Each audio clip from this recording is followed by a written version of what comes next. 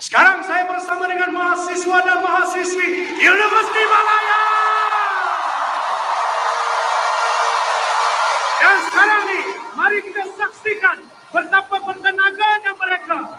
UM, semua orang bangun dengan gembira.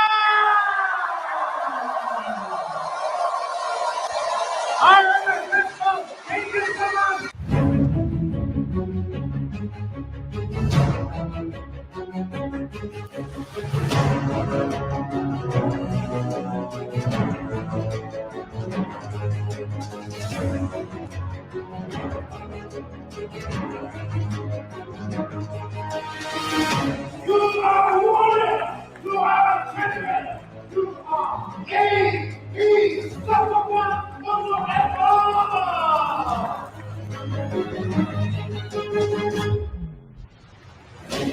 Sekarang ini saya bersama-sama dengan Wira Airborne. Public Mutual. Great Eastern Takaful. Membawa ke Andalusia.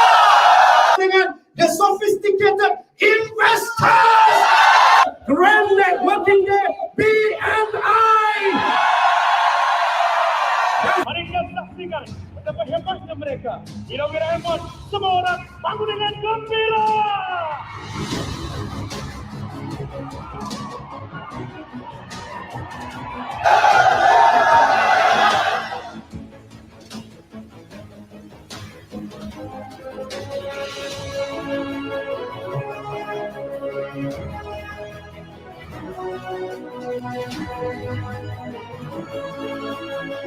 This is the moment. This is the time. We're gonna soar like an eagle and roar like a lion. And we're gonna take it. And we're gonna take it. Yeah.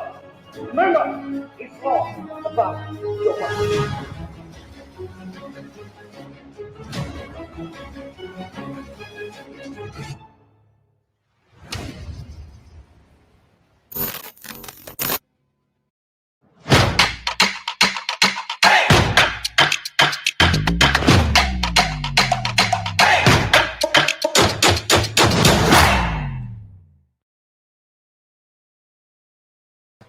A'udzubillahi minasyaitonirrajim. Bismillahirrahmanirrahim. Assalamualaikum warahmatullahi wabarakatuh. Dan salam sejahtera dan salam perjuangan kepada semua yang sedang menonton Impact Chit Chat episod ke-6. Dan hari ini adalah hari yang sangat istimewa. First, sebab hari ini adalah hari Jumaat, penghulu segala hari. Yang kedua, dahlah Jumaat, kita berada dalam bulan Ramadan. Yang ketiga, dahlah dalam bulan Ramadan, kita berada di dalam 10 malam yang terakhir bulan Ramadan.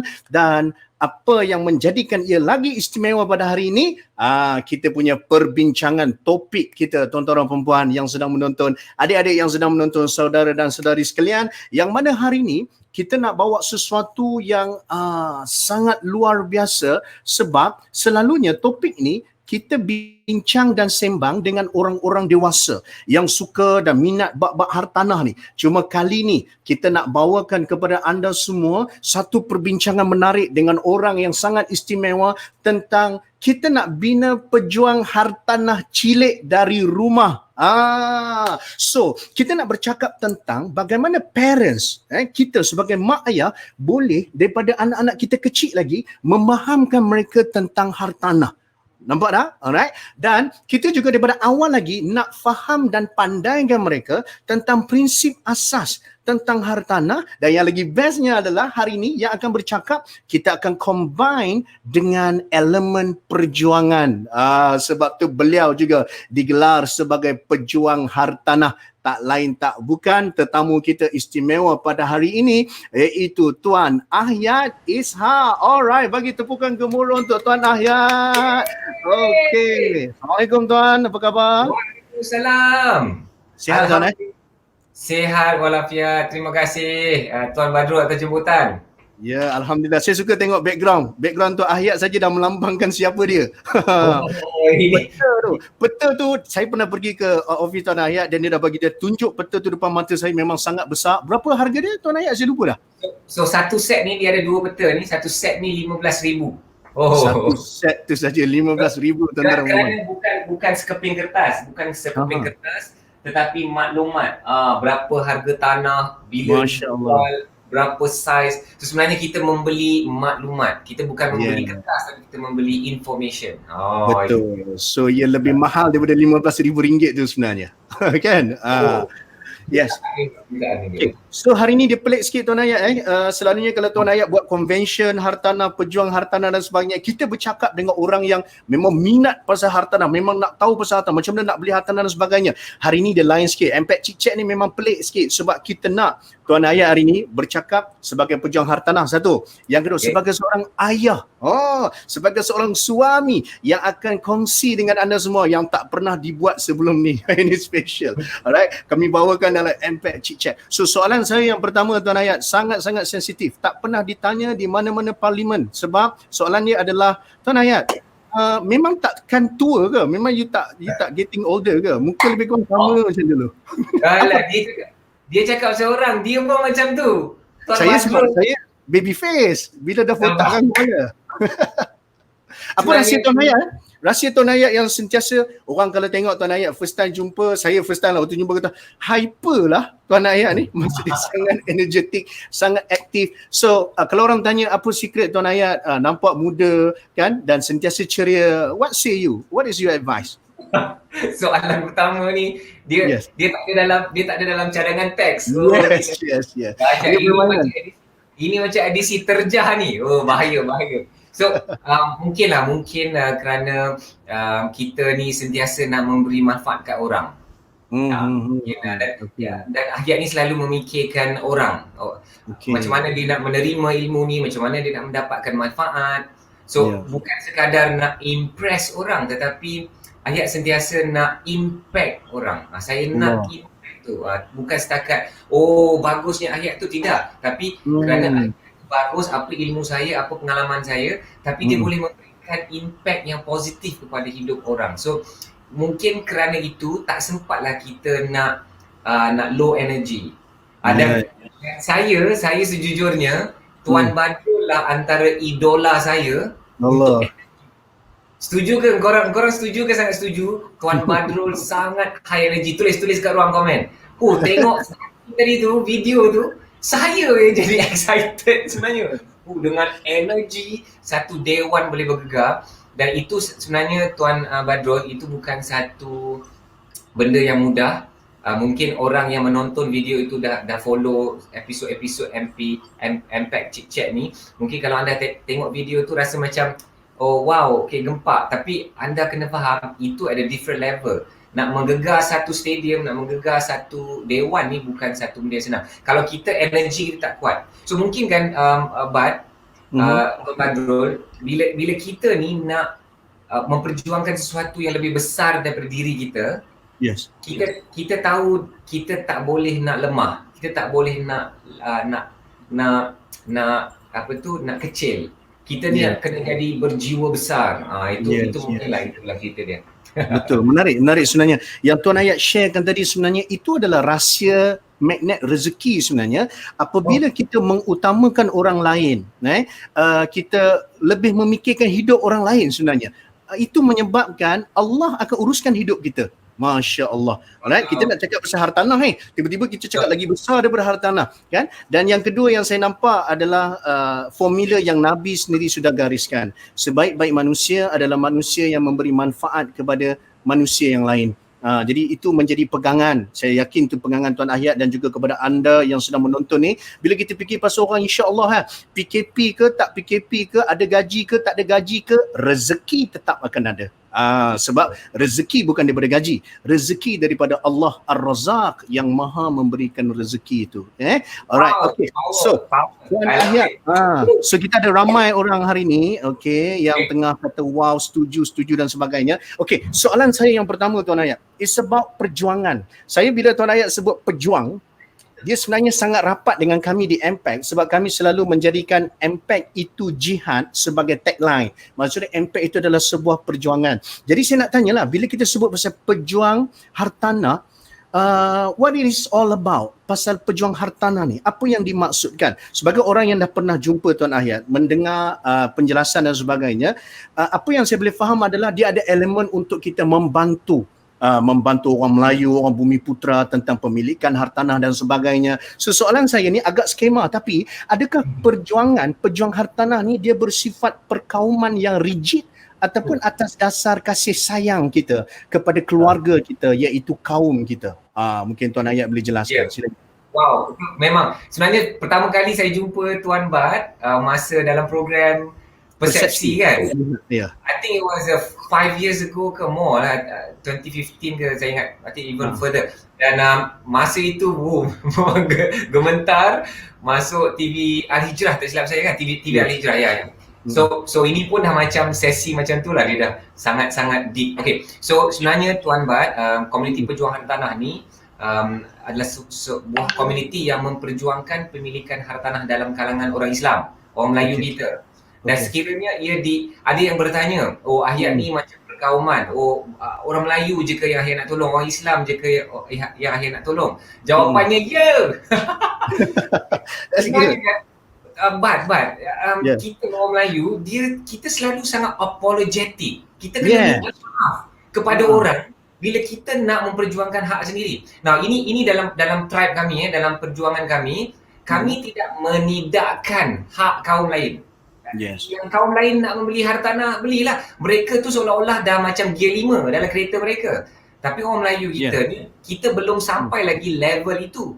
So bayangkan kita nak orang Melayu kita, orang Islam kita ini menjadi hebat di tanah air sendiri. Kita nak kita ada maruah di tanah air sendiri. Kita nak memperjuangkan hak kita sendiri. Dan bagaimana kita nak memperjuangkan itu, tak perlu nak pegang senjata, tak perlu nak pergi ke medan perang, tapi medan perang yang baru ialah di lapangan, di medan hartanah. Dan medan hartanah ini, senjata yang paling powerful ialah senjata ilmu. Dan Ahyat berfikir macam ni, Ahyat tak mampu nak pergi ke Syria, mungkin tak mampu nak pergi ke Gaza, Palestin, tak mampu nak berjuang macam ustaz-ustaz hebat kita yang pergi ke sana bawa duit, buat telaga dan bantu. Itu perjuangan yang sangat-sangat hebat. Tapi Ahyat fikir setiap manusia itu ada perjuangan masing-masing, dan cara Ahyat memperjuangkan pemilikan hartanah dalam kalangan orang Islam di tanah air sendiri ini dengan dakwah ilmu, kan? So bila orang kita ada ilmu, InsyaAllah bila dia turun ke medan hartanah macam medan perang, dia ada senjata. And of course ilmu ni kita kena tahu lah macam nak beramal dengan ilmu ini. So itulah step by step macam mana Ahyat nak membimbing komuniti ini untuk memperjuangkan pemilikan hartanah dalam kalangan orang Melayu Islam kita, ya.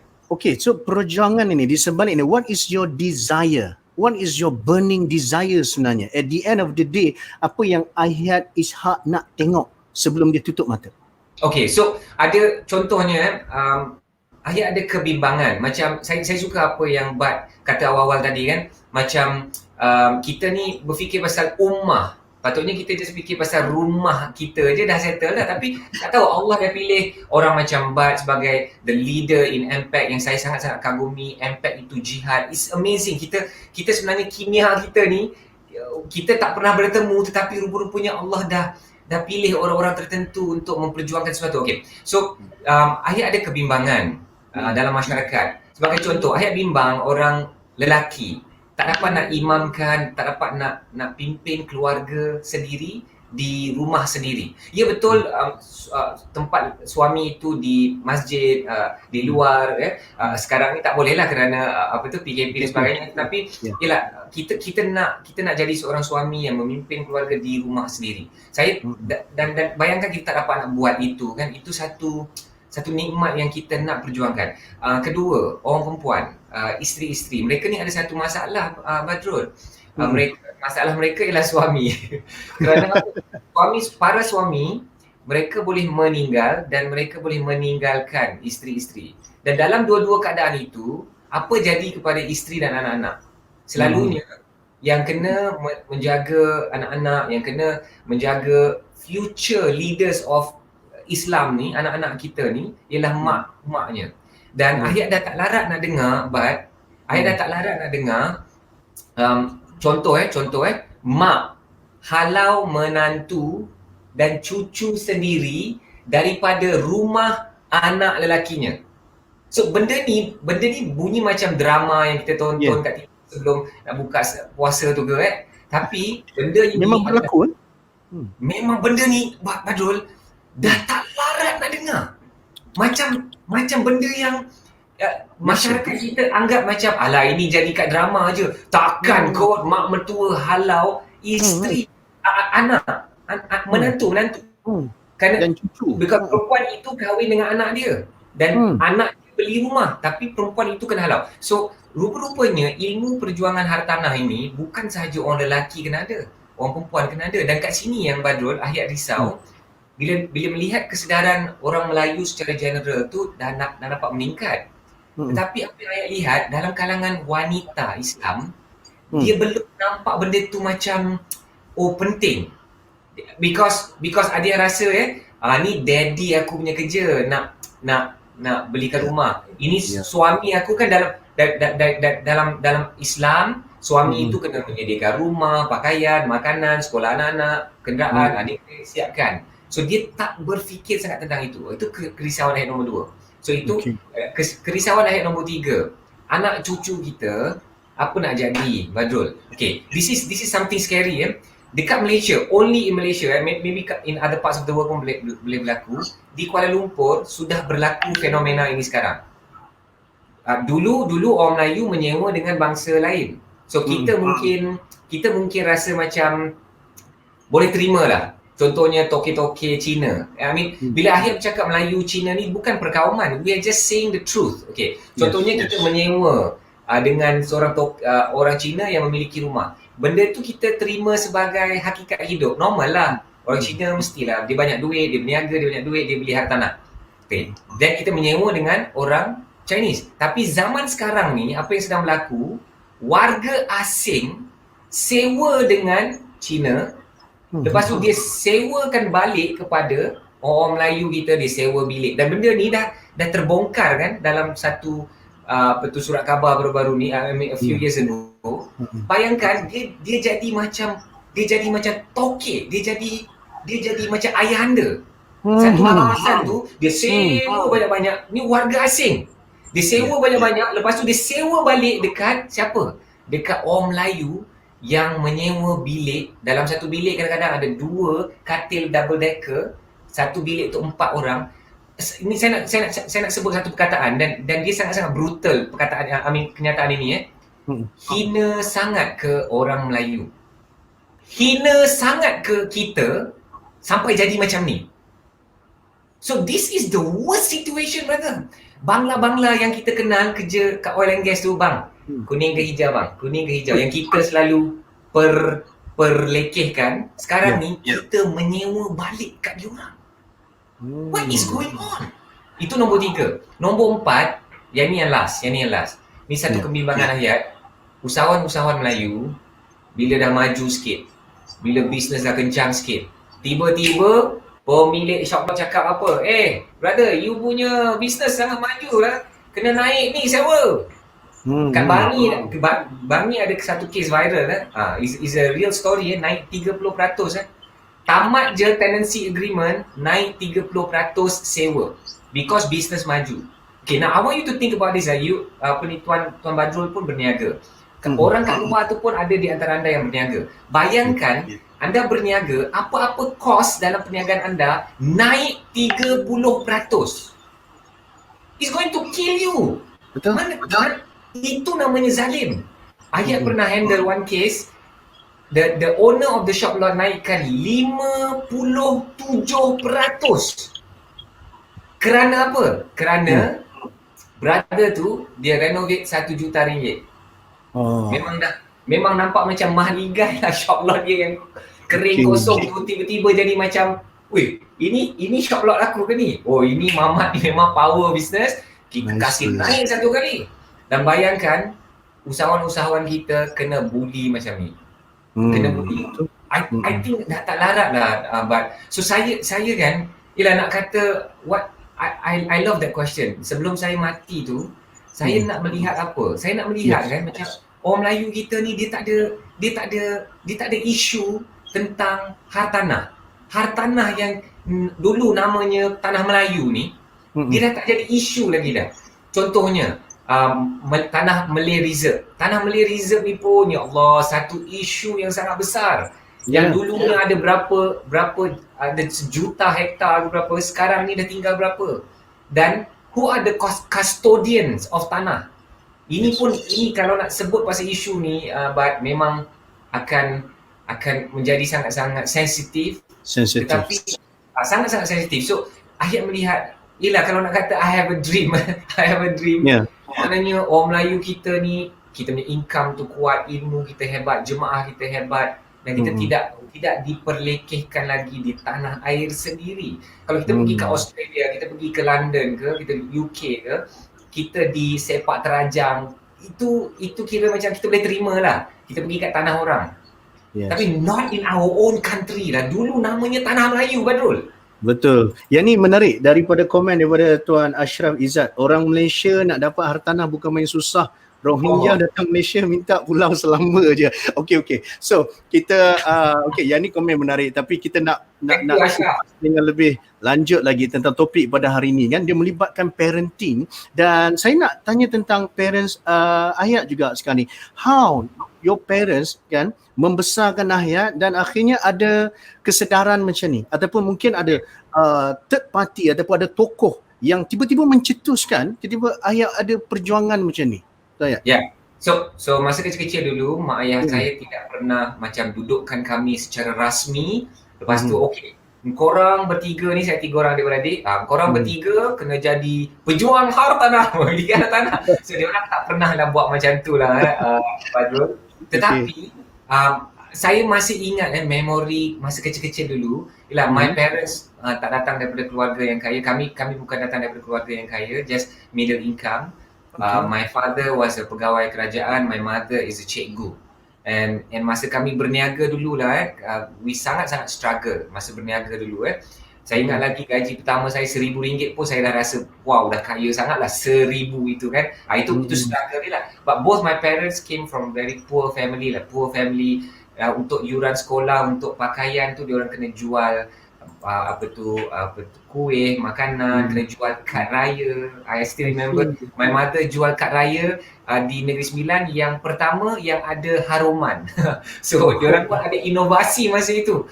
Okay, so they struggle like most of our parents and our nenek moyang tu, they struggle kan. Okay, so mak ayah saya ni masa kecil-kecil dulu, Badrul, saya ingat ada satu weekend because masa tu tak ada, kita tidak ada Astro, tak ada YouTube, tak ada gadget. So bila mak ayah ajak jalan-jalan naik kereta, saya ingat lagi, masa tu dapat kereta baru, Proton Saga, saya ingat lagi. So kira gempar lah tu, so nak bawa jalan-jalan. Tapi diorang bawa jalan-jalan ni, diorang bawa jalan-jalan ke kawasan orang kaya. So masa tu, and when your parents masa tu ajak jalan-jalan, kita pun rasa macam, yay! apa papa mama ajak jalan-jalan naik kereta baru. Okay. So then diorang I still remember Badrul, both my parents get excited dalam kereta. Tengok orang kaya, rumah cantik. Lepas tu the next house diorang olah je ayat tu. Rumah cantik, orang kaya. So masa tu kita tak faham konsep orang kaya, orang miskin. Kita orang rumah yang kita orang ada yang kecil tu pun kita rasa dah cukup. So masa itu I remember Tuan Badrul, mereka lalu satu rumah ni, pagar dia tu rumah agam and then later I found out rumah tu ada helipad. So bayangkan kaya ni. Dahsyat. So, saya ingat lagi dia punya pagar tu, dia punya besar tu lagi besar daripada rumah kita orang. Pagar tu rasa lagi besar. So masa itulah baru kita orang faham, rupa-rupanya dalam dunia ni ada orang yang sangat kaya dan manifestasi kekayaan itu adalah rumah yang cantik. So rumah cantik, orang kaya. Orang kaya, rumah cantik. Kaya itu apa kita orang tak tahu, but that's the earliest memory about kaya and rumah. So Tuan Badrul, saya bila Tuan bertanya soalan ni, saya dalam memori saya tak pernah teringat pun sepatah perkataan pun ayah saya kata, Ayat, orang kaya, rumah cantik, tengok kereta dia. So my father tak pernah wujudkan suka kereta itu. Because suka kereta dengan suka hartanah ni, dia akan berlanggar. Okay, that's why geng hartanah dengan geng kereta, kalau geng ejen hartanah dengan geng ejen kereta, dia orang selalu berperang kat Facebook, kalau tahu lah. Dia memang selalu berperang. Saya pun kesian tengok. Janganlah, orang-orang yang jual kereta ni pun mencari sesuatu rezeki halal. Orang yang jual hartanah pun mencari rezeki halal. Saya bukan ejen hartanah, saya cik dua hartanah. But kenapa dia selalu berlawan, Tuan Badrul? Because bila pendapatan kita tu limited, dan kita nak membeli yang mana dahulu. Bila kita beli kereta dahulu dan keolehan kita untuk beli rumah itu akan berkurang, maka dengan itu kita tak boleh nak beli rumah. That's why saya kata, kalau suka kereta dengan suka hartanah ni, dia akan selalu berlawanan, dia akan berlaga, dan dia tak boleh merge. Kecuali orang-orang usahawan, income dia sangat-sangat kuat, dan you were going to see both kekayaan itu dimanifestasi dengan rumah dan juga kereta. So that is the early memory of my father. Menarik ya, saya boleh buat satu kesimpulan di sini, iaitu yang diprogramkan dalam subconscious mind Tuan Ahyat oleh ayah Tuan Ahyat adalah rumah itu adalah sinonim dengan orang kaya, dan kekayaan itu disimbolkan dengan rumah, bukan kereta. Maksudnya tak adalah ayah Tuan Ahyat cakap, okay, kereta ni liability, alright, rumah ni asset. So ayah tak cakap macam tu, betul? Tapi dia terapkan secara indirectly dan bertubi-tubi. Dan ini yang dibuat tuan-tuan dan puan-puan oleh ayah kepada Sultan Muhammad Al-Fatih. Daripada dia kecil lagi, ayah dia kata apa? Constantinople itu, takluk Constantinople. Dia program dalam subconscious mind, dan akhirnya sejarah telah membuktikan bahawasanya Sultan Muhammad Al-Fatih berjaya membukanya. Okay, alright. Kalau cerita tu terlalu besar, cerita Tuan Ahyat ni sangat menarik untuk menginspirasi. Jadi kerja rumah untuk tuan-tuan dan puan-puan yang sedang menonton, termasuk saya, kita kena mula programkan subconscious mind anak-anak kita. Alright, tak payah sebutlah liability pun semua. Satgi nak kena define susah pula. So kita cerita bahawasanya orang kaya yang pertama sekali adalah dia sinonim dengan rumah dan sebagainya. Okay, baik, dia tak habis kat situ tuan-tuan dan puan-puan. Jangan pula kita kata, oi hari ni punya siaran nak cerita kata suruh anak kita jadi materialistik supaya rumah besar dan sebagainya. Tak, saya dan Tuan Ahyat tetap beriman bahawa istana yang terbaik adalah di syurga, di Jannatul Firdaus, berjiran dengan Nabi Muhammad. That is our ultimate objective. Okay, cuma dalam masa yang sama dia berbalik kepada perjuangan hartanah tadi. Kita tak nak anak kita merempat di tanah sendiri, di mana tempat yang sepatutnya dia jadi tuan tanah kepada bumi yang di tengah pijak ni. Yang tu kita punya asas perbincangan kita sebenarnya. Okay, baik. So sekarang ni apa yang Tuan Ahyat nak sarankan? Jap, sebelum tu, kepada yang sedang menonton, kita ada ramai tengah view sekarang ni, tapi kita punya like ada 4 je. So saya nak, kalau boleh tak semua orang tekan like, kemudian share. tolong share sebab kita punya umat sekarang ni agak parah dalam pemahaman terhadap hartanah. Jadi mungkin dengan perbincangan hari ini yang singkat dan padat, sekurang-kurangnya dia dapat inspire orang untuk mula berfikir tentang hal ini. Jadi tolong share, tolong like, alright, okay, kita punya live kita pada hari ini. Yang tengah komen tu terima kasih banyak yang tengah komen, dan saya minta kalau ada soalan, tanya soalan. Sekejap lagi ada sesi soal jawab. Bagi saya perhabis dulu soalan-soalan saya ni, alright, lepas tu ada sesi soal jawab, dan tolong stay sampai habis. Sebab Tuan Ayat, saya bila tengok Oprah Winfrey, bila habis je dia bagi hadiah kepada semua kan. And chat pun kita bagi hadiah untuk semua dengan syarat stay sampai habis, nanti kita akan bagi hadiah untuk anda. Alright? Okay, Tuan Ayat. No, bayangkan sekarang ni ada mak dan ayah depan Tuan Ayat dan dia tanya, macam mana saya nak mula mengajar anak saya pada zaman sekarang ini.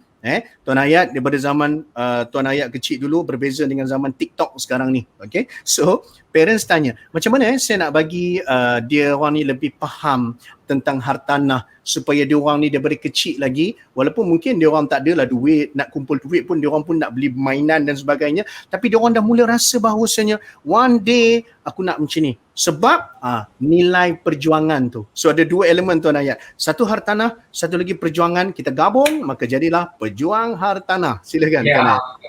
Okay, ni sebenarnya I love this question and sejujurnya belum pernah dikupas dalam mana-mana platform, dalam mana-mana convention. Ayat tak pernah kupas benda ni. Okay, tapi Badrul, you are fantastic. So Ayat selalu sebut orang yang hebat, dia bukan ada jawapan yang hebat. Orang hebat, dia tahu soalan-soalan yang hebat. So Badrul ni seorang contoh insan yang hebat. I really appreciate it. The right question is 50% the right answer. If you ask the wrong question, you will not get the right answer. So ilmu untuk bertanya ni Tuan Bad memang ada. Okay. So sebenarnya Tuan Bad dah kupas sedikit apa yang I nak kupas.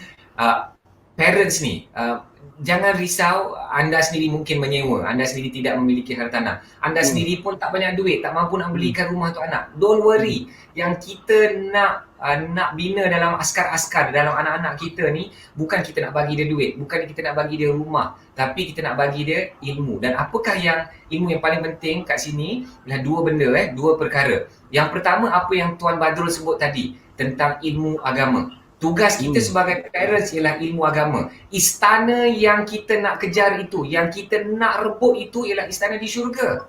Dan itulah yang kita mahu. Dan itu perjuangan, the long term goal yang kita mesti ada, perjuangannya. Dan bila kita nak bercerita tentang nak mendapat hasil luar biasa di syurga nanti, kita terpaksa lalui dunia. Ini saya belajar daripada Datuk Dr. Daud Bakar. Dia kata apa? Kita memang nak menuju kepada akhirat Allah, tapi kita terpaksa hidup di dunia. So takkanlah kita nak merempat, takkanlah kita nak jadi hina, diperlekehkan, disepak terkajang dan tidak mampu untuk menentukan hala tuju kita di dunia sementara kita masih hidup. So kita mesti jadi hamba Allah yang khalifah Allah di muka bumi ini sementara kita terpaksa hidup di dunia untuk menemui akhirat dan kita nak berjaya di akhirat. So di bumi ini kita nak lihat sebagai apa? Dunia ini sebagai apa? Bukan lagi jambatan akhirat, tetapi kita lihat sebagai apa? Sebagai ladang akhirat. Yang ini Datuk Dr. Muhammad Daud Bakar yang ajar saya. Dunia bukan lagi jambatan akhirat yang kita macam jambatan, kita jalan-jalan je nak tengok kiri kanan nak menuju ke hujung. Tidak. Kita ni melihat dunia sebagai ladang akhirat. Ladang akhirat ni kalau tak diusahakan, apa hasil kita yang kita nak tuai nanti di akhirat. So suddenly the mindset is so powerful sampai Dr. Daud Bakar dia cakap apa? I will not rest until the day I die. Saya tidak akan berehat kerana dunia bukan tempat kita berehat. Akhirat nanti tempat kita berehat. Dunia ni tempat kita berjuang. Selagi kita masih ada nyawa, selagi kita ada masa-masa, insya-Allah kita dapat keberkatan masa dan keberkatan rezeki kita itu kita gunakan untuk berjuang selagi kita mampu. So itulah ilmu yang kita nak ajar anak-anak kita, perjuangan di ladang akhirat ni. Dan Badrul, di ladang kita perlukan banyak peralatan. Yes. Bisnes boleh jadi peralatan kita. Pekerjaan jadi peralatan kita. Anak-beranak kita, anak-anak kita jadi peralatan kita di ladang akhirat. Kita nak pastikan dia mendatangkan hasil yang bagus. Hartanah pun boleh jadi peralatan. Okey, kat sini point dia.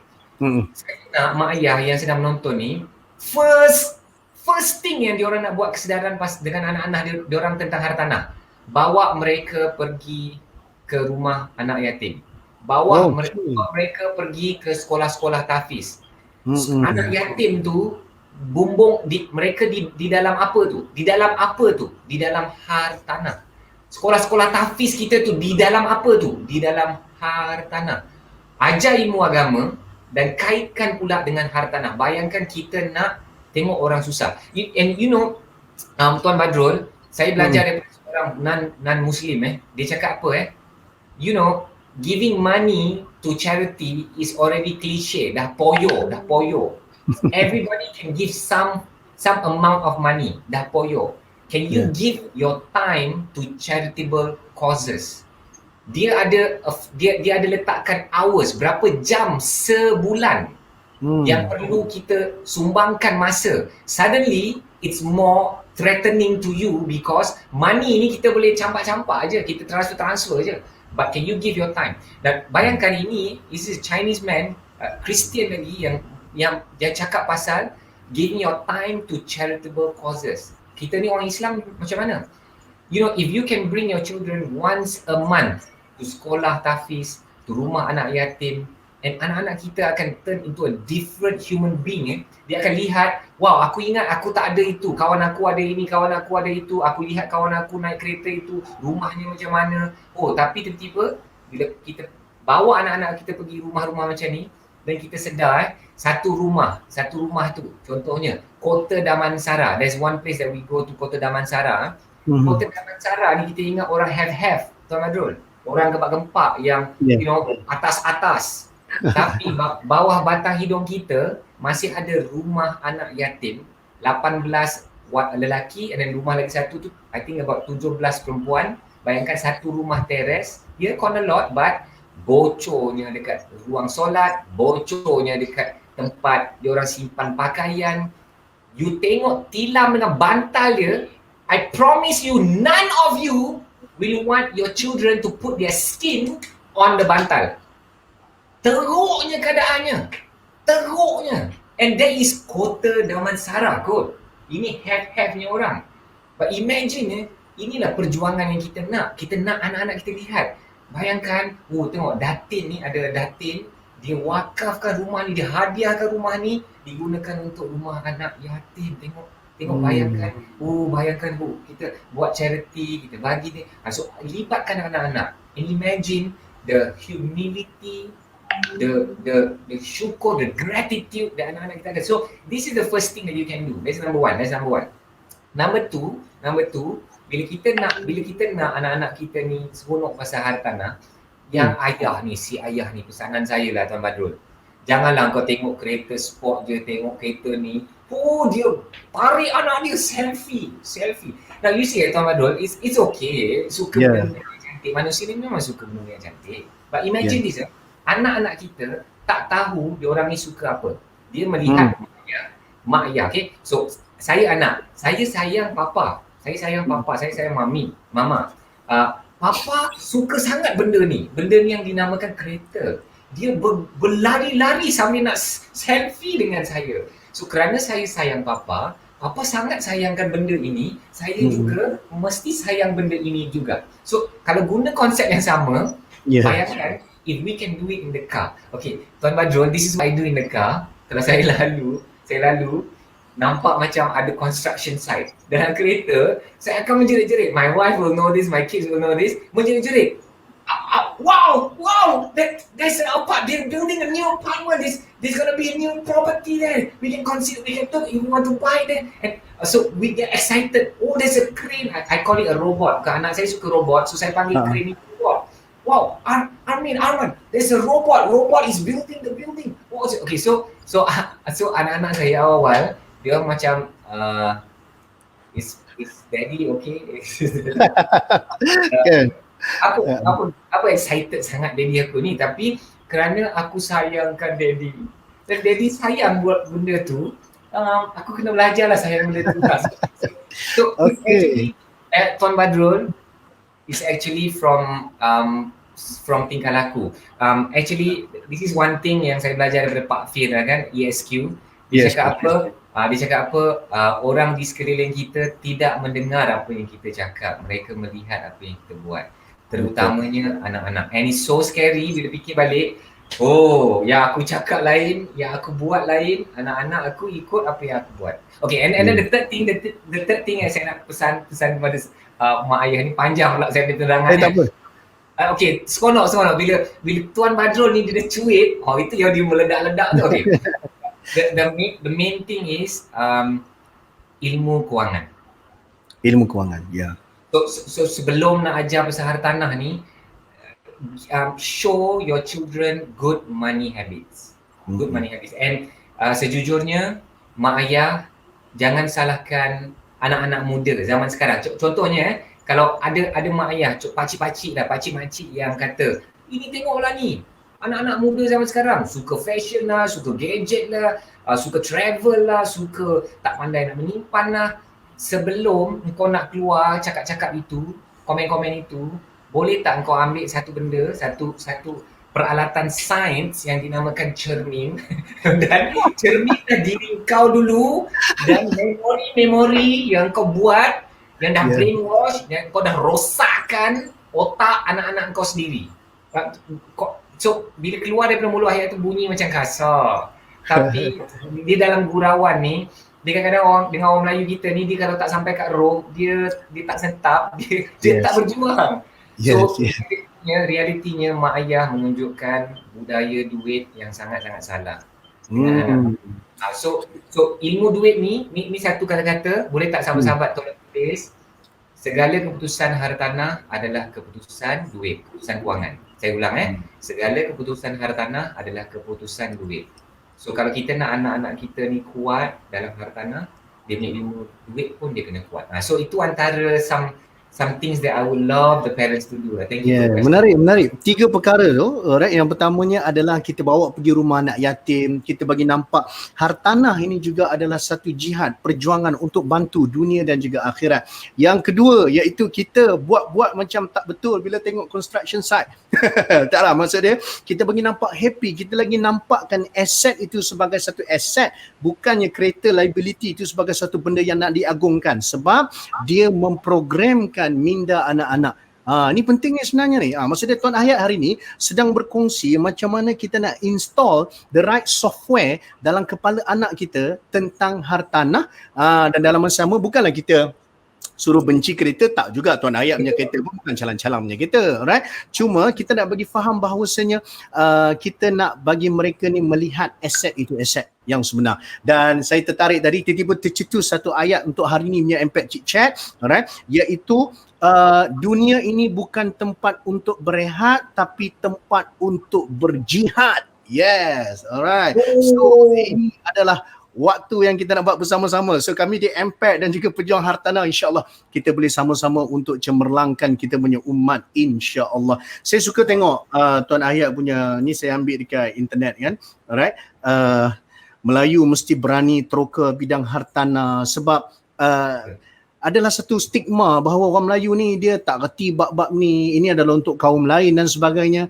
Tapi apa yang dibuat oleh Tuan Hayat dan juga tim beliau dalam bab-bab hartanah ini bagi saya sangat-sangat patut dipuji. Dan kami kalau tak dapat nak sokong bersama-sama, kami sentiasa mendokong perjuangan Tuan Hayat dan juga tim dengan doa kami, dengan harapan kami dan juga dengan Impact Chit Chat ni, supaya semakin ramai orang makin sedar, semakin ramai orang makin faham tentang isu ni, insya-Allah. Alright. Okay. Ya, Tuan Hayat. I just nak kupas tadi you see yang pasal point nombor 2, what do the Chinese parents do? Setiap 7 minggu, asalkan ada launching ke, property mana-mana ke, pemaju ke, diorang bukan nak beli pun.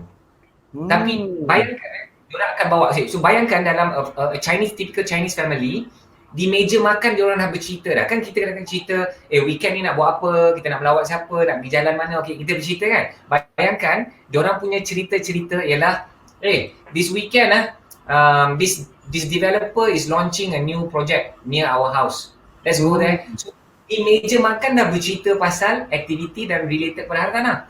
And the weekend diorang akan pergi because apa? Diorang suka ni makan free. Bila ada launching besar-besar, dia bagi Dia makan makan. free. Yes. Mak ayah dia kadang-kadang datang tengok, dengan muka confident dia, what is this, how much is this, kadang-kadang dia bukan minat nak beli pun, tapi anak dia terpaksa ikut, kadang-kadang muka toya, lagi. Tapi Betul lah, kadang-kadang tu kita heran kan, kita pergi, kita tengok macam, apa hal budak-budak pula ada dekat sini, oh rupanya macam ni ada betul. fantastic sharing. And then, Saya pernah tengok ada mak ayah, the son is playing game. Tapi dia heret because dia nak budak tu dalam showroom tu, feel tu. Dia dengar cakap-cakap pasal hartanah tu, ayat-ayat hartanah. Dia dengar ratus-ratus ribu, juta-juta, dengar pasal bank, dengar pasal deposit, dengar interest rate, dia nak dengar tu. Anak-anak kita mendengar, believe me, anak anda main game, yang kita cakap. They will listen to you, they are listening to you. Betul. Nak kena bawa. Okay, and saya nak kupas lagi satu, Badrul cerita pasal orang Melayu kena berani ni, and yang Ahyat sedih sebenarnya, ramai orang Melayu kita, dia sebenarnya dia sedar tentang hartanah tapi mereka sangat negatif tentang hartanah. Dan so ni geng-geng hartanah ni kapitalis, geng-geng hartanah ni yang zalim, yang berada menganiaya yang tiada. Golongan hartanah ni tu yang sewa Yahudi, rumah bayar sampai mati. So orang Melayu kita ni kesedaran pasal hartanah tu ada, tetapi mungkin 8 dalam 10, 7 dalam 10-nya bercerita tentang yang negatif pasal hartanah. Ini bukan harga mampu milik, ini mampu tengok pun tak mampu, mampu dengar pun tak mampu. So kita sangat negatif tentang satu benda itu. Dan kita tak boleh nak negatif tentang benda yang kita nak takluki. You tak boleh negatif, you tak boleh membenci benda yang you nak takluki. You know, Abang Badrul lah, saya baru tengok tu, Abang Bad. Saya pun panggil Tuan Bad lah, Badrul lah. Saya baru tengok dia punya nama tu, Abang Bad. Okay, Abang Bad kita ni cerita pasal seorang hero saya juga, Mehmet the Conqueror tu, Al-Fatih tu. Dan saya baru tonton 6 episode series dekat Netflix. Wow, lagi detail cerita dekat Netflix. 6 episode, 30 minutes per episode. Memang he is our hero kan, and dia jatuh cinta, dia obsessed tentang the prophecy, tentang the hadith. Dia akan the leader tu is the best leader and the tentera is the best tentera. He's obsessed. Dia tidak membenci Konstantinopel, dia mencintainya, dia mahu menaklukinya. Kita ni orang Islam tak boleh, orang Melayu ni tak boleh membenci hartanah. Terus banyak cakap-cakap kita tu benci. Kita cakap nak, tapi yang kita zahirkan tu membenci. Of course membenci tu Allah akan ingat, kita memang betul-betul tak suka benda tu, so makin jauh lah kita daripada benda yang kita nak takluki itu. So I hope daripada perkongsian ini memang boleh jadi macam ni tau, Abang Bad, Tuan Badrul. Dia memang boleh jadi negatif. Dia boleh memang jadi keterlaluan hartanah ni. Dan dia dah seolah-olah macam berkiblatkan hartanah di dunia ini yang memang tak boleh bawa masuk dalam kubur. Dia memang boleh consume. Orang boleh jadi gila. Dan dalam mazhab pejuang hartanah, dalam tribe kita pejuang hartanah, dalam komuniti kami, itu memang tidak dibenarkan. Memang tidak dibenarkan. Itu yang pentingnya tribe sebegini, pejuang hartanah ni, sebab kalau tidak orang Melayu dia tak ada tempat untuk duduk bersama, bercakap dengan budaya yang sama, bahasa yang sama, dan yang paling penting akidah yang sama, kepercayaan tersebut. Sebab kalau didengar daripada orang yang tidak seakidah ini, saya dia rasa macam takkan aku dekat meja makan nak cakap pasal developer ada buat launching contoh. Tapi bila kita bersama-sama dengan seakidah ni, kita tahu bahawasanya memang kita bercakap tentang benda tu, tapi di sebalik itu kita punya mission. Sebab tu Tuan Hayat, kalau kami buat training, kita buat program sama ada untuk korporat ataupun untuk kanak-kanak remaja ni, kita bercakap tentang first kali, before we go to mindset, we go to the heart set dulu. Heart set kita kena betul. Kita buat ni semua nak Allah sayang kita, nak Allah cinta kita. Selesai heart set, then you go to mindset. Mindset kita sekarang ni adalah nak selamatkan umat kita. Tak fikir pasal rumah, tapi kita fikir pasal ummah. Dan kita go to mindset. And then go to skill set. Ilmu yang kita kena ada. Macam mana nak kena beli apa, nak patut dan sebagainya.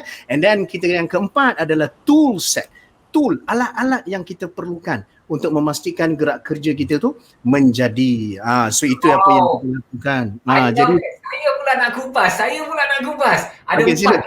Bila saya kupas saya boleh memori. So kita cerita pasal heart set akidah kita tu. Lepas tu mindset. Lepas itu skill set. Apa skill yang perlu? Kemahiran kan. Dan apa tu tool set.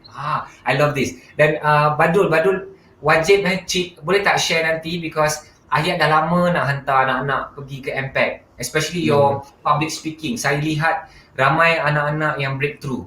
Saya ada seorang sahabat hebat saya, nama dia Iza Yusof. Tuan Badrul pun kenal sangat, dan dia menceritakan anak dia breakthrough dalam satu program Badrul Impact di Bangi, because rumah dia dekat saya, so dekat lah. Tapi Ayat ni di Subang Jaya, dia rasa macam nak merentas desa ni, jauh sikit nak pergi ke Bangi. Tak sempat hantar. Cuti sekolah terlepas. I'm so looking forward. Saya difahamkan sekarang ni semua pun dah bertukar jadi webinar dan sebagainya. Maybe please I want to know, because Ayah nak hantar nanti. Boleh insya-Allah. Alright, so kita nak tengok sekejap komen-komen banyak ni kita tak layan ni, saya pula kena marah. Alright, okay. Banyak yang bersetuju dan suka dengan apa yang Tuan Ayat sharekan. Alright. Kemudian kalau kita tengok daripada awal tadi, ada yang bercakap tentang ini, antara kesimpulan yang dibuat oleh Tuan Ali Karimi kita, sangat penting harta dan juga tanah, maka jadilah dia hartanah. Okey, baik. Dan seterusnya kalau kita lihat tentang dunia, ladang akhirat yang perlu diusahakan di dunia, daripada Puan Rosnah Bakri, alright, dan begitu juga dengan Tuan Amir Hatta, ramai ni yang ikut dah, yang ni Puan Fakriah Alias yang sangat-sangat excited, alright, yang dah mula nak mengajar tentang anak, tentang properti. Yang ni matlamat kami sebenarnya Puan, kami nak supaya kita, terutamanya banyak cakap ni, supaya kita start daripada sekarang untuk melihat properti ni adalah satu benda yang kita kena fahamkan kepada anak-anak supaya dia orang hadam awal-awal. Dan saya percaya, tapi Tuan Ayat sebab daripada kecil lagi memang dah mula diprogramkan. Kalau saya balik kepada zaman dulu, antara benda yang saya nak belajar awal adalah tentang hartanah, tentang ilmu financial intelligence, financial IQ. Itu antara benda-benda yang sangat-sangat menarik. Puan Nazihah tersentak, saya tak tahu apa yang tersentak, tapi banyak hari ni perkongsian daripada Tuan Ayat sangat-sangat menarik sebenarnya. Okey. Baik. Yang ni kita tengok kesimpulan daripada tadi Puan Nur Azhar.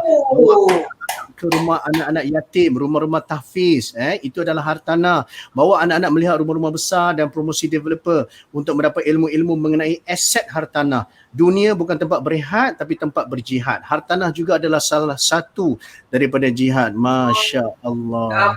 Badrul, boleh tak Ayat nak bagi hadiah dekat Nur Azhar ni? Boleh, silakan Ayat. Tuan Ayat nak pergi rumah ke? saya bagikan hadiah buku, insya-Allah. Ilmu dia yang syarat itu boleh membantu Nur Azhar untuk dahsyat Nur Azhar ni. So Nur Azhar. Okay. Yes. Make sure nanti kena claim daripada Tuan Ayat dan waktu ni barulah yang tengah komen dia kata, lah tak tahu pula siapa komen best dapat buku. Itulah dia kata rezeki tuan-tuan dan puan ni kita belajar sesuatu. Alright, okay. Baik.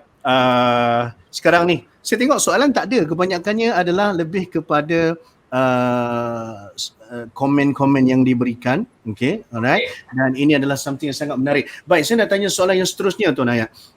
Ada orang cakap, saya bab hartanah ni saya tak mampu lah kan, tak mampu. Saya ada satu poster nak bantu Tuan Ayat untuk share tentang hal ini. Inilah dia adalah posternya. Ya, silakan Tuan Ayat.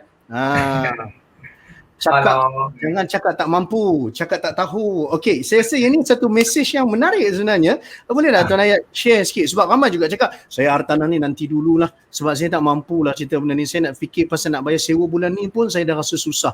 Tambah pula nak memiliki hartanah. Tuan Ayat, this is a very good quotes, very good sentence. Can you elaborate more? Silakan. Wow. Inilah sebabnya saya suka sahabat hebat saya bernama Badrul. Saya ingat dulu masa saya first time jumpa Badrul dekat TV Al Hijrah, you dah tahu dah macam-macam dia dah tahu saya punya background macam rasa macam investigator Mamat ni. Okay, Itulah kerjanya seorang host, itulah kerja dia. Buat homework. Brother, you are a host at a different level. I mean, you are just amazing. Okay, so thank you for highlighting this. Jangan, because you see, bila kita cakap tak mampu, otak kita, Tuan Badrul, dia terus jam. Yes. Dia terus macam, aku tak mampu. Okay, stop lah. So, kita punya message, apa yang kita cakap, fikir, rasa, kita buat, itu semua doa kan.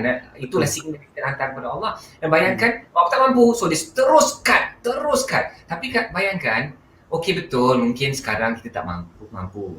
Ya betul, kita sekarang ni duduk dekat rumah flat. Tapi kita tidak macam itu buat selama-lamanya. Kita ada dua tangan ini, kita ada jasad ni, kita fighting spirit ni. Kita akan berjuang setiap hari, usaha gigih gagah dan gila-gila, all out. InsyaAllah nasib kita akan berubah. Allah pun dah janji macam tu. So kita jangan cakap tak mampu. Cakap tak tahu, because bila cakap tak tahu, instantly apa you cakap? Apa what goes on to your mind? Okay, aku tak tahulah. So orang akan cakap apa kat kita? Carilah ilmu dia. Kau tak tahu apa? Tak tahu hartanah. Kau ada tak follow Mamat ni? Kau ada tak? Bukan ayat seorang ni mengajar pesantren. Ramai cikgu-cikgu yang lagi handsome, yang lagi gorgeous, lagi pandai, yang lagi awesome dekat Facebook tu. Ya Allah, hari-hari bercerita pesantren. Follow lah dia orang. Bila kita tak cakap tak tahu, kita sendiri akan macam, so macam nak tahu kalau nak tahu, kena cari orang yang tahu. Siapa orang itu ilmu apa yang kena cari so dia is actually bermula dengan aku cakap tak tahu, and then dia akan mula. It's like a exploration. Macam kita kecil-kecil dulu kita nak explore kan, balik kampung kan. Saya duduk kat KL kan. Balik kampung nak explore kat belakang. Oh pokok pisang ni, nak seberang sungai, kita explore lah macam mana nak membeli harta. So just cakap tak tahu, insyaAllah ada ilmu dia, ada cikgunya, dan dia sangat berbeza tau Tuan Badrul daripada dulu. Sekarang ini ilmu tu dah sangat-sangat banyak. Dia dah jadi macam, sebenarnya dia dah jadi counterproductive pula. Dulu tak cukup ilmu, sekarang banyak ilmu hartanah. Okay. Tetapi dia jadi counterproductive bila dia terlalu banyak. So dia jadi avalanche. Kita dah tak tahu kat mana nak pilih. So that's why sekarang ni kena ada kebolehan untuk mencari orang-orang tertentu. So cadangan ayat, contohnya sekiranya ada yang sedang menonton dengan anak-anak so ajak dia orang cari maybe figura-figura tu, maknanya influencer, ikon tokoh-tokoh tertentu yang bercerita pasal hartanah. Okey, Ahir nak cadangkanlah, Ahir kenal lah seorang brother ni rambut dia pendek-pendek, dia pakai spek macam Tuan Badrul. Dia ada kumis-kumis sikit-sikit, kurus-kurus badannya. Nama dia Ahir Ishak dia tu. Okey dia tu. Boleh follow. InsyaAllah tidak ada pernah sepatah perkataan yang negatif pun lah yang Ahir akan kongsikan. Sentak-sentak tu kadang-kadang lah, tapi it's just ilmu tentang aura positif, tentang ilmu kewangan, ilmu hartanah, ilmu bisnes. Just follow macam orang macam Ahir. Ada ramai lagi sifu-sifu yang amazing anda boleh cari yang tak tersebut, so many of them. So just start with one first and then sedut ilmu-ilmu dia. And selalunya cikgu-cikgu ni, tokoh-tokoh ni Tuan Badrul, diorang sangat pemurah.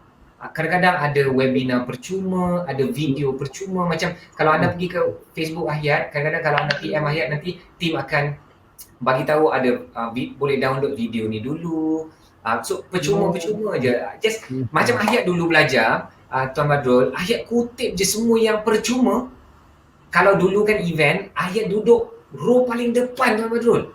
Saya akan sampai paling awal, terjegat. Sampai tas, semua orang dah balik, saya terjegat macam ni. Sampai sifu tu pun macam Mamat ni aku risau juga Mamat ni. Dari lambat. So lama-lama berkawan-kawan lah dengan penganjur, berkawan dengan sifu tu. Dalam 10 sifu tu, saya cakap sifu saya nak angkat beg sifu. Dalam 10 tu mungkin 3 je lah yang sudi nak bagi chai kat kita. Yang lain tu macam, ya bukan dia orang sombong tetapi mereka pun sibuk kan, dia tak sempat nak melayan. So kita rapatkan dengan orang diri. So cari semua ilmu-ilmu yang percuma ni, banyak sangat luar sana dan boleh follow. Cakap tentang angkat beg, saya ingat lagi 2014 first time saya jumpa dengan Tuan Ahyat dekat TV Al-Hijrah. Tuan Ahyat cakap ilmu hartanah ni adalah ilmu yang banyak orang boleh bantu, alright? Tapi kalau you jumpa dengan seorang ni yang tahu ilmu tanah, ilmu tentang tanah, macam mana nak beli dan sebagainya, tanah, you jadi orang yang angkat beg dia, you ikut, you follow dia. Itu adalah pesanan 6 tahun lepas. Saya ingat lagi Tuan Ahyat punya pesanan kat saya. You are amazing. Ilmu tentang tanah tu, sebab dia adalah something different game kan, game dia lain tanah dengan hartanah is a different game sebenarnya. Dan saya suka tadi apa yang Tuan Ahyat cakap. Hari ni tiba-tiba macam banyak pula idea ayat-ayat ni yang datang. Alright. Tuan Ahyat dia bagi ilmu-ilmu yang sentap untuk disantap. Kerana sentapan boleh menjadi santapan untuk kita supaya kita lagi faham mencari jawapan. So itu benda yang sangat-sangat penting. So kena tulis sebab kalau tanya saya balik saya lupa dah ayat tu. Okay. Itu yang sangat-sangat penting. Tuan Ahyat, sekejap je dah pukul 12 dah. Okay, last question saya nak tanya. Adakah sekarang ni waktu PKP, sejujurnya is it the most suitable time untuk parents ataupun untuk siapa-siapa di luar sana membeli hartanah? Adakah ini waktu yang terbaik? I want a fair comment daripada Tuan Ahyat. Silakan. So ni tak cerita pasal awareness lagi, didik. This is talking about let's go to the trenches, let's go to war. I'm going to pick up my weapon, I'm going to go for the kill. Maknanya kita nak turun ke medan hartanah, medan perang ni, bawa senjata kita dan kita nak serang kan. Okay, so this is serious. This is already a serious question. Dan soalan ini Ahyat perlu jawab dalam 2 kali sesi Facebook Live, setiap sesi 1.5 jam on my Facebook page. Alright. 1.5 jam yang pertama tak dapat kupas, saya kena kupas lagi sekali topik sama which I have never done before, 2 topics back to back. Bermaksud apa? 3 jam pun tak settle nak jawab soalan ni. Okay. Tetapi macam ni Ahyat nak jawab macam ni Okay. Ada maybe 2 or 3 things that I want to talk to you about, peluang yang ada Okay. So macam ni. Kita mulakan macam ni. Okay. Dalam kerana bila nak suling, dia nak suling, dia kena berfikir. Dia kalau nak machine gun dia, satu hari kita boleh bersembang kan Tuan Badrul. Kami berdua memang yelah macam you look at you, the way you smile, your energy, memang seorang yang suka memberi. Letak je lah Tuan Badrul atau pentas ni mesti dia rock and roll lah. Satu hari, satu malam, satu minggu pun boleh. Okay. So okay, bila kita nak cerita pasal 2 atau 3 poin yang penting. Okay, macam ni. Number 1 dalam semua keadaan krisis akan lahir jutawan-jutawan baru. Betul. Okay. So sifu saya Azizi Ali, dia kata apa? Ahyat kena faham apa definisi krisis yang sebenar. Ini yang definisi buku, definisi ekonomi, definisi rasmi ni kita tak nak dengar. Kita nak dengar dari segi wealth building definition, investment definition. Krisis bermaksud pemindahan kekayaan. Crisis means the transfer of wealth. Itu je sebenarnya. If you really understand, krisis ni adalah berpindahnya kekayaan daripada orang yang tak bersedia, daripada orang yang bodoh, dia pindah kepada orang yang dah bersedia, kepada orang yang pandai, yang bijaksana.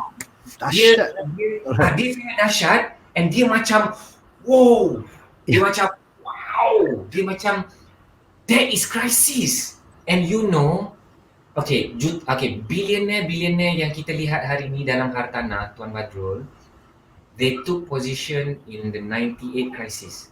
They took position during the bad times. So dalam keadaan krisis, kita takut nak take position, nak menyerang. It's very scary. Tapi kita kena beranikan diri sekiranya kita bersedia. Okay, itu nombor 1 bermaksud dalam semua keadaan krisis, ni okay. Line saya pula Hello. Kita okey je. Kami dengar dengan Hello. Tuan Ahyat. Okay. Are we okay? Yes. Alright. Okay. Dia ada dia dah sampai 1 jam tu dia ada gangguan teknikal. Alamak. Okey. Ke bateri tuan? Okay. Alright. Okay, itu nombor 1. Nombor 2, krisis ini bermaksud dua bahagian. Dia ada dua bahagian. Dia ada bahaya dan dia ada peluang. So dalam mana-mana krisis, tugas pertama kita sebagai mak ayah ni yang memimpin keluarga dan mungkin memimpin tim ni, tugas pertama kita ialah menjaga diri daripada bahaya. Kerana krisis ni dia ramuan resipi krisis dia ada dua bahagian. Ada bahagian bahaya dan bahagian peluang. So first tu kita kena jaga diri daripada bahaya. So kita kena selamatkan diri kita, keluarga kita dan tim kita. Our team, maybe we are leading a team, maybe we are a boss, maybe kita ada syarikat, kita ada NGO, so we live that. So 3 peringkat ni kita kena pastikan selamat. Orang yang dah selamat dan bersedia, dia bolehlah menyerang untuk merebut peluang-peluang yang ada. So ini pendapat Ahyat, tak perlu setuju, tak perlu percaya, tak perlu suka pun, tetapi mungkin ada yang tak berapa suka dengan kenyataan ini.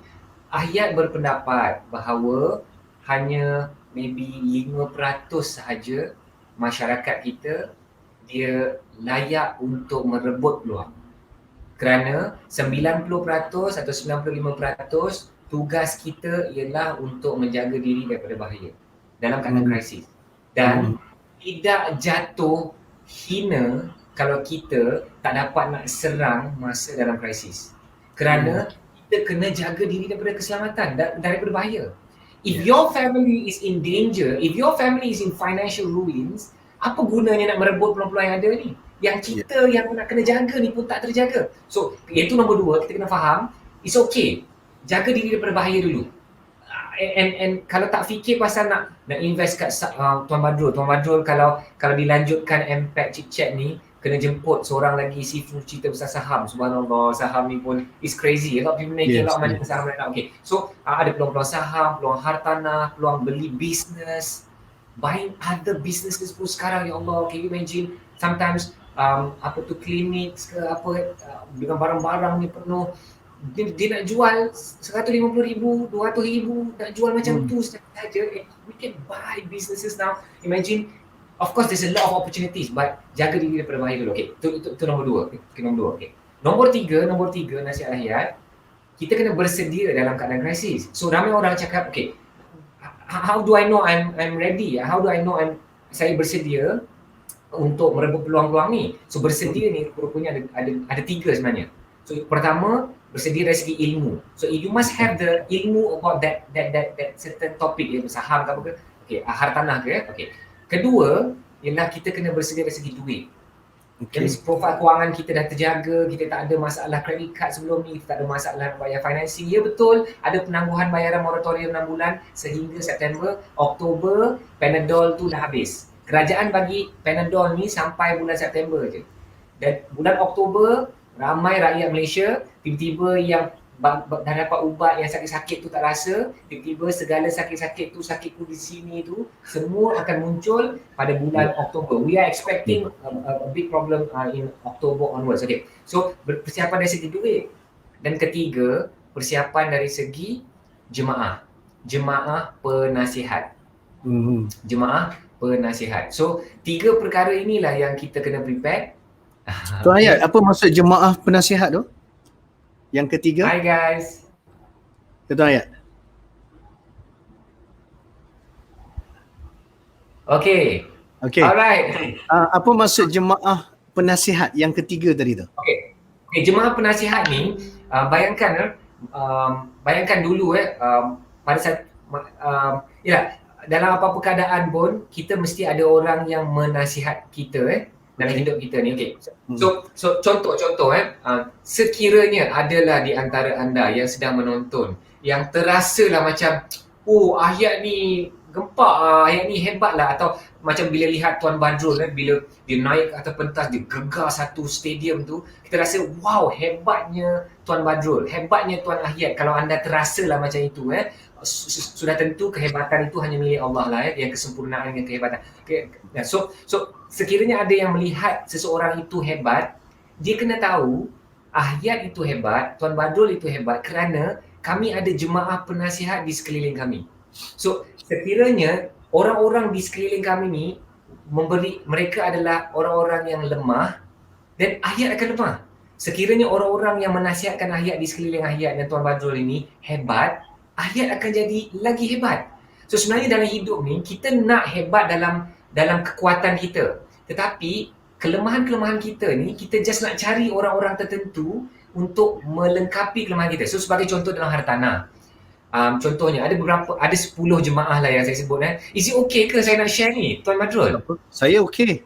Yang lain-lain pun okey. Yang lain-lain ni tengah duk catat ni, dia orang diam sebab dia orang tengah duk ready untuk mencatat dan juga nak menaip ni. Teruskan Dorian. Okay. So ada 10 orang jemaah yang anda wajib ada. Okay. Let's see if I can remember this right. Tulis kita siapa yang ni boleh tulis kat komen. Alright. Okay. So yang pertama ejen hartanah. Ayat bukan ejen hartanah, ayat hartanah. But every time lepas saya mengajar, I need ejen hartanah untuk tolong jual, tolong beli, untuk mereka adalah askar sebenar. Okay. So ejen hartanah. Lepas tu lawyer hartanah. Everything in property revolves around law. Everything. Sign book, apa-apa dokumen itu semua law. Okay, peguam. Lepas tu ketiga ialah banker. Kita nak beli rumah, tak ramai, I think maybe 99% people buy with financing. So banker. Kalau diorang kita ada mereka dalam jemaah dan susah, okay? Banker. Lepas tu banker, lepas tu valuer. Valuer ni selalu orang belakang tabir yang kita mungkin tak realize kepentingan mereka. Valuer, nak valuekan rumah tu. Kita nak kena tahu. Okay, dalam hartanah kita tak bercerita pasal harga. Kita bercerita tentang nilai. So, juru nilai yang kita nak beli rumah yang nilai tinggi pada harga yang rendah. Itu tugas kita. Okay, so valuer. Okay. Dan nombor 5 ialah geng-geng kira-kira ni. Maknanya our accountant, tax agent, auditor. So, okay, beza antara the good investors and the great investors is ilmu tax. Itu beza dia. You can only be so good. Alah, cukai ni kita nak elak-elak. If otak you elak cukai, you are not hebat. Otak kita ialah urus cukai. Okay, so itu geng-geng kira-kira lah, geng-geng kira-kira. Okay, lepas tu nombor 6, geng-geng renovation. Because if you're getting serious in property, you have to know that repair kan. So dia ada 2 R, repair or renovation. So first is to make good. Mana repair je, biar nak cukup sifat. Toilet, fitting ni semua okey. Itu repair, to make good. But another level tu nak renovate. Renovate ni kos rendah tapi value dia tinggi. Nampak rasa macam rumah tu mahal. Itu pun value dengan harga juga. Okay. So itu geng-geng renovation, geng-geng repair ni kan. Okay. Lepas tu 6. Okay. Nombor 7 is geng-geng yang financial advisors. So contohnya financial consultant, financial planners, takaful advisors, perunding pewarisan. Orang-orang ni sangat-sangat penting. The money punya things. Okay, so and of course jangan beli hartanah kalau tak susun kewangan dengan betul. Jangan beli hartanah kalau tidak ada takaful yang cukup, dan jangan beli hartanah sekiranya tidak mahu rancang harta semasa hidup supaya harta pusaka kita itu boleh diuruskan dengan betul. Because it's very scary kita nanti kan kita orang Islam ni dengan hutang ni, dengan harta ni, is very very scary thing. Okay. Lepas tu nombor 8 is investor circle, investor group. So contoh, kita nak belajar hartanah, janganlah lepak dengan geng jual tudung. Kita nak buka kedai nasi lemak, janganlah lepak dengan geng-geng jual kosmetik. So bila saya bagi contoh tu rasa macam kelakar. Tapi bila fikir, aku nak belajar pasal hartanah. Dah kenapa kau tak lepak dengan geng-geng hartanah? Kita kena selalu lepak dengan geng-geng hartanah. So circle tu, nombor 9 is a mentor. Mentor tu, so cikgu, trainer, coach, mentor, dia sebenarnya peranan berbeza-beza. Mentor ni maksudnya apa? Orang yang dah pernah buat apa yang kita nak buat tu, Yes. Mereka dah langgar dinding, mereka dah calar bala, mereka dah masuk gaung, mereka dah patah-patah sana. Dan diorang dah ada sukses. So mentor ni bukan hanya kerana sukses. Mentor ni kena cari orang yang dah pernah lalui yang jatuh bangun tu, yang pahit-pahit, yang teruk-teruk tu. So kalau anda cari seorang mentor yang cakap, saya sempurna, saya tak pernah buat silap dalam hidup saya nak anda lari laju-laju sejauh-jauh yang mungkin, kerana itu bukan manusia, itu adalah hantu Pontianak. Mana ada orang sempurna. Okey, dan mentor. Dan yang ke-10, Tuan Bat, dalam Pejuang Hartanah kami menyarankan kena ada seorang penasihat agama. Yes. Bat, saya selalu share, kalau anda kenal keluarga orang-orang kaya ni yang multi-millionaire, yang billionaire, yang Islam lah, diorang mesti ada seorang ustaz dalam keluarga diorang. Diorang mesti memang yang dibayarkan gaji terus, atau yang memang selalu di kontak. So bayangkan mereka sentiasa ada orang yang kita boleh WhatsApp. So saya nak kawan-kawan boleh WhatsApp seorang ustaz atau 10 orang ini, dan mereka tidak akan hantar bil hari keesokannya. Itu maksudnya mereka tu dah jadi jemaah kita. Diorang tak hantar. Kita tanya, macam mana ni ya? Macam tolong bacakan agreement ni, hantar kepada lawyer kita. Lawyer kita bagi balik kat kita, tapi di WhatsApp sekali dengan bil. Ni aku baca ni 3 jam ni RM300. So wow. So, ini adalah 10 jemaah penasihat wajib ada dalam ilmu hartanah, Tuan Hayat. Diana pun saya nak bagi hadiah. Diana Rahmat. Ya Allah. Diana Rahmat. Yang telah menge-share. Alright. Ramai yang share sebenarnya. Alright. Tapi tergerak hati untuk mengklik nama Puan Diana Rahmat ni. Okay. Wow. Alright. So semua pun share juga. So terima kasih banyak-banyak. Dan yang paling penting ni ilmu untuk kita semua ni. 10 orang. Thank you so much. Saya pun sebenarnya banyak sangat benda yang saya pelajari, alright. Dan yang paling penting, apa yang kita nak sampaikan ke anak-anak lepas ni. Okey, saya tahu tuan-tuan dan puan-puan memang rasa macam tak cukup dan sebagainya, sebab itu pun memang matlamat kita pun. Alright, kita nak lepas ni tuan-tuan dan puan-puan follow Tuan Ahyat Ishak, right? Follow Facebook beliau, follow Pejuang Hartanah. Mudah-mudahan ini akan menjadi pelaburan yang menguntungkan dunia dan juga akhirat, insya-Allah. Okey, baiklah. Seperti mana yang kita janji-janji maniskan tadi, kita nak bagi hadiah kepada anda yang stay sampai sekarang, yang terus berada supaya kita lagi bagus daripada Oprah Winfrey. Maka sekarang ni hadiah untuk anda kali ini adalah kita nak bagi percuma e-book untuk anda bernilai RM10, yang mana e-book ini dia sesuai untuk parents, nak bagi inspirasi kepada anak-anak, yang ditulis oleh kita punya coach Impact, iaitu coach Luqman Nur Hakim. First class daripada 3A SPM menjadi first class degree dalam usul fiqh. So apa yang dia lakukan sehingga dia mampu untuk berubah from zero to hero. Dan beliau juga merupakan seorang al-hafiz, seorang penghafaz Al-Quran, seorang khatib dan juga ketua imam di salah sebuah surau di Bandar Baru Bangi. Dan beliau adalah salah seorang coach di Impact, Tuan Ahyat, yang mengajar dan mengajar anak Tuan Ahyat nanti juga dalam webinar nanti. Jadi untuk anda yang nak, tolong type nak. Tapi saya nak sebelum tu boleh tak tolong share dulu ke dekat anda punya Facebook, kemudian dekat grup-grup yang sesuai tentang kita punya live pada hari ni. Siapa tak share ilmu hari ni tak halal tak gurau. Alright, gurau je. Okay, so saya gurau takkan tak boleh, bukan batal puasa pun, saya gurau je. So saya nak semua tolong share sebanyak mungkin. Alright. Saya dah share. Terima kasih. So ilmu ini adalah milik Allah Subhanahu Wa Taala, dan hari ini kami menjadi asbab je untuk anda dapat sedikit sebanyak ilmu tentang ini. So make sure tolong type nak, kemudian nanti robot Impact akan terus message anda di Messenger. Tolong buat apa yang dia suruh buat, kemudian nanti akan ada link untuk download. Okay, alright. Baik. Tuan Ayat pun ada juga nak. Tuan Ayat tak boleh ada tanda seruan dah, Tuan Ayat. Tuan Ayat kena tekan nak je. Kalau dia tanda seruan lagi dia rasa hyper, nanti bot tu dia tak capture. Okay, alright. Okay, thank you Tuan Khairul Ridwan. Alright, terima kasih kepada semua yang dah tekan nak dan juga yang telah share. Alright, ramai betul hari ni, semua aktif-aktif. Soalan tak berapa nak ada sangat. Okay, dan kita juga ada komen daripada Saya tengok tadi ada Tuan Tuan Amsyari.